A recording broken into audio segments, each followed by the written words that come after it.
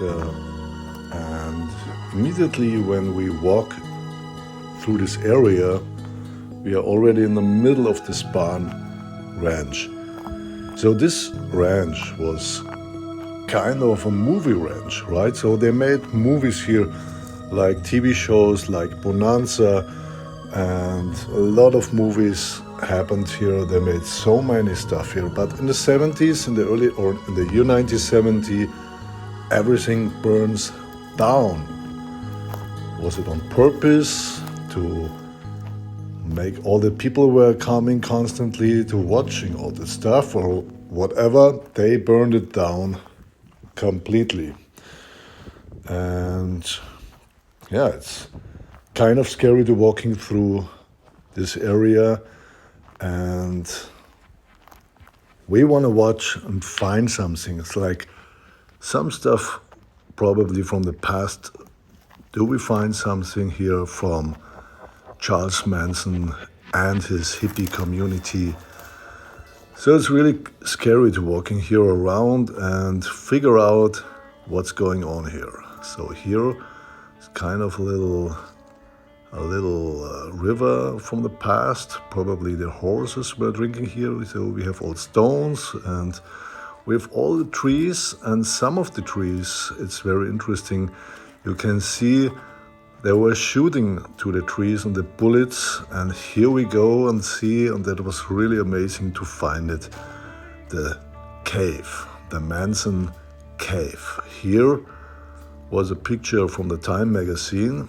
They made here a picture with some members of the Mansons sitting in this cave, and so from the outside you would walking by and don't really think that is this cave, but it is the cave. And here are the trees. You can see also there is something with the trees, and just to sit in, I want to figure it out. How does it look? There is also a little bit water on the floor, so I was like climbing into this cave to see and feel how does it feel to be in this cave for a moment. A very famous cave from the Mansons.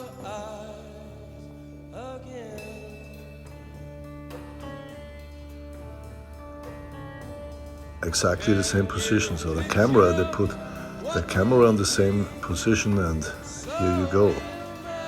So that's the cave. So it's super interesting to find all that stuff, and this over 50 years later, so it's history, right? So it's absolutely historical, a historical place.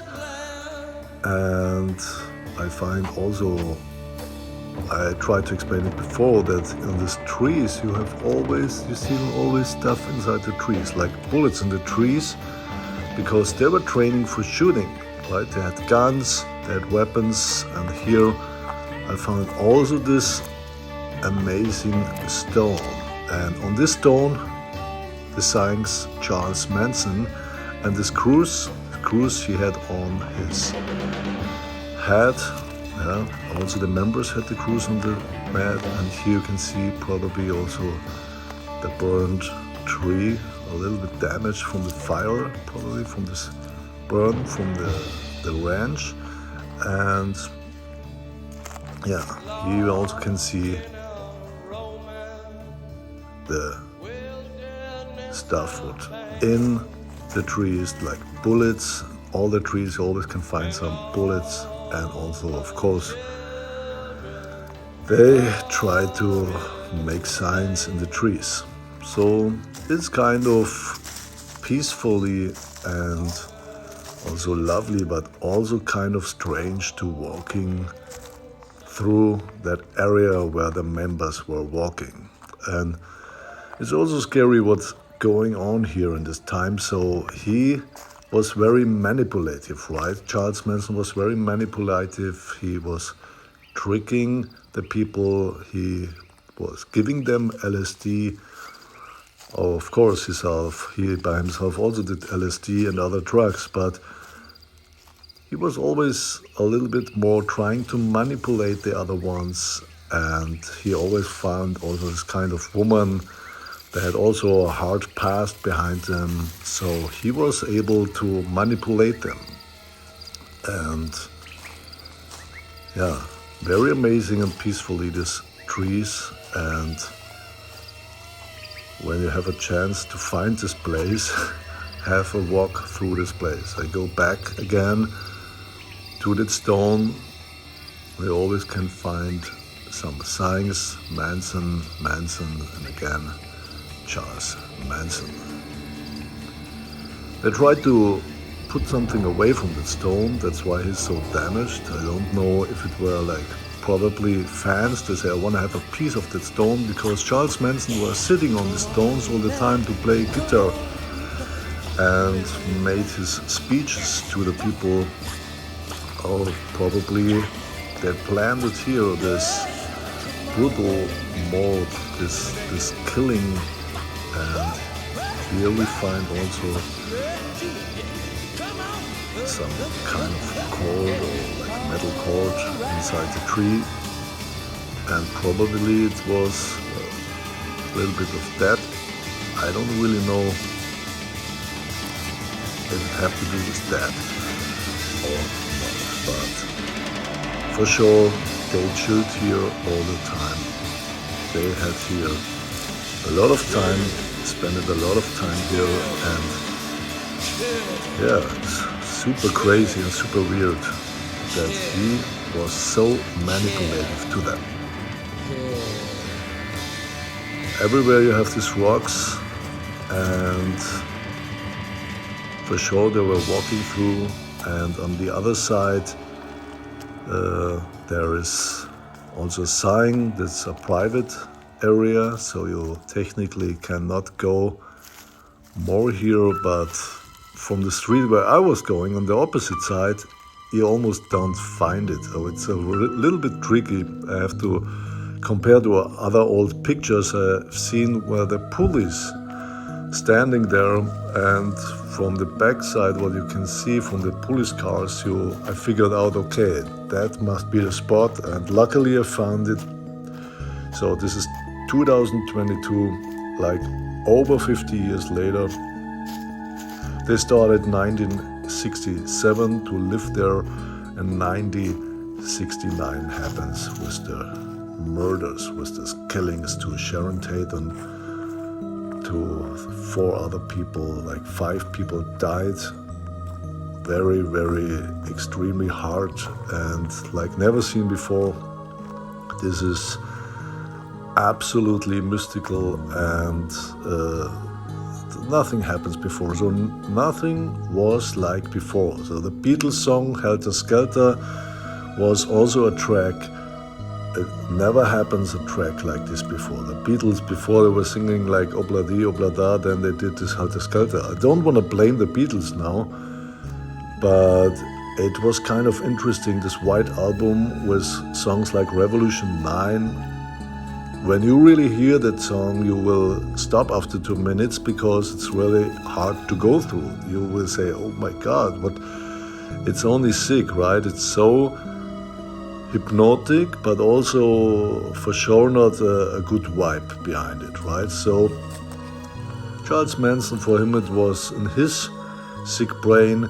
The Beatles were the 4 apocalyptical horse riders. And the White Album, especially Revolution 1 and 9, it was like the revolution from the Bible, the apocalypse, and he used that for him as a directly member apart from the whole revolution. He wanted to be the leader of that revolution, like one of these apocalyptic riders, and he wanted to blame the Black Panthers. That's what he wanted to do. Like, you can see always this panther sign with blood. Also he did, or he made him this panther sign because he wanted that people will come to this place, find Sharon Tate and see this panther sign, and they should think, oh, that the Black Panthers did it. Like, they killed